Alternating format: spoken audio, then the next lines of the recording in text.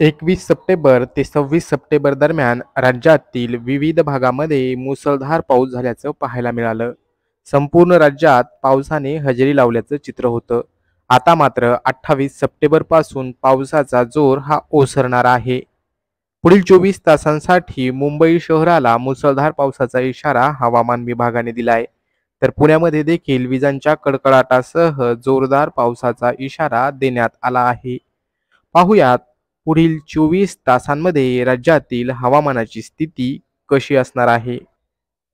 मुंबई शहर आणि उपनगरात पुढील 24 तासांमध्ये सामान्यतः ढगाळ आकाश राहून मध्यम ते मुसळधार पावसाचा इशारा हवामान विभागाने दिलाय. तर मुंबईतील कमाल तापमान 28 अंश सेल्सिअस तर किमान तापमान 25 अंश सेल्सिअसच्या आसपास असेल. तर रायगड आणि पालघर या जिल्ह्यांना ऑरेंज अलर्ट देण्यात आलाय. तर ठाणे आणि मुंबई शहर आणि उपनगर तसेच रत्नागिरी जिल्ह्याला येलो अलर्ट देण्यात आला आहे. तर राज्यातील आणखी एक प्रमुख शहर असलेल्या पुण्यामध्ये विजांच्या कडकडाटासह जोरदार पावसाचा इशारा देण्यात आला आहे. पश्चिम महाराष्ट्रातील पुणे आणि सातारा या दोन जिल्ह्यांना हवामान विभागाने येलो अलर्ट दिला आहे. पुढील 24 तासात उत्तर महाराष्ट्रात पावसाचा जोर हा अधिक राहणार आहे. नाशिक, धुळे आणि नंदुरबार या जिल्ह्यांना हवामान विभागाने ऑरेंज अलर्ट दिलाय. तर जळगावला येलो अलर्ट देण्यात आला आहे. तर मराठवाड्यातील प्रमुख शहर असलेल्या छत्रपती संभाजीनगरमध्ये देखील विजांसह जोरदार पावसाचा इशारा देण्यात आला आहे.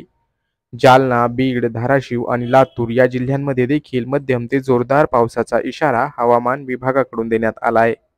विदर्भातील प्रमुख शहर असलेल्या नागपूरमध्ये देखील पुढील 2 दिवस जोरदार पावसाचा इशारा हवामान विभागाकडून देण्यात आलाय. यानंतर मात्र राज्यातील पावसाची स्थिती निवळणार आहे.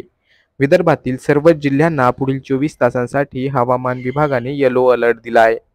तर 28 सप्टेंबर नंतर राज्यातील पावसाची स्थिती निवळण्यास सुरुवात होणार असून संपूर्ण राज्यातून पाऊस हळूहळू कमी होणार आहे. तर मंडळी, हा होता राज्यभरातील हवामानाच्या स्थितीचा आढावा.